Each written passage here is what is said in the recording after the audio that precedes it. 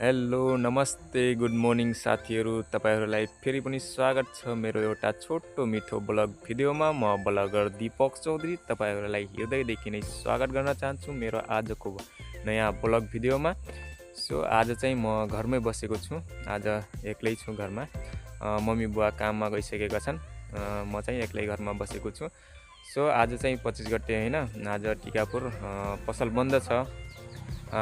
हिजो नै नगर पालिकाले पसल बन्द गर्ने भनेर माइकिङ गरिसकेको छ, त्यसैले आज 25 गते बन्द हो।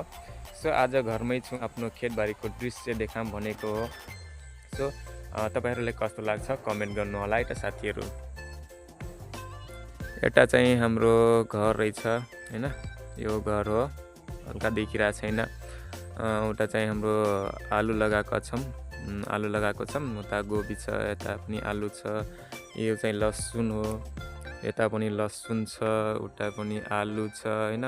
पछाडि उता चाहिँ तोरी एकदमै राम्रोसँग फुलिसकेको छ। सो अहिले चाहिँ म आफ्नो तोरीको खेतमा आइसकेको छु।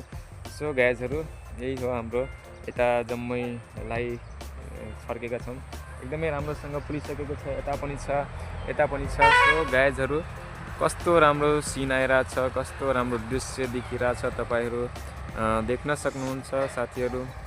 यो चाहिँ एकदमै राम्रो दृश्य म तपाईँहरूलाई देखाइरहेको छु।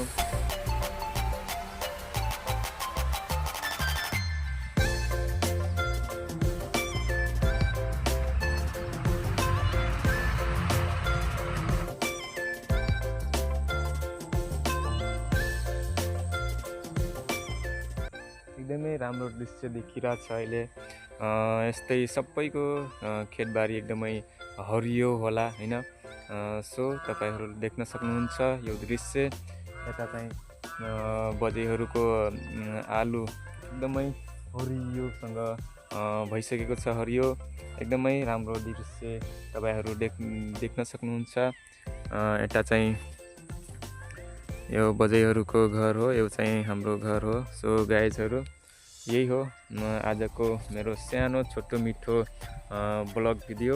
तपाईँहरूलाई कस्तो लाग्छ कमेन्ट गर्नु होला है त साथीहरू। सो यति बेलासम्म मेरो भिडियो हेरेर साथ दिनुभयो, तपाईँहरूलाई धेरै धेरै धन्यवाद। Thanks for watching this video.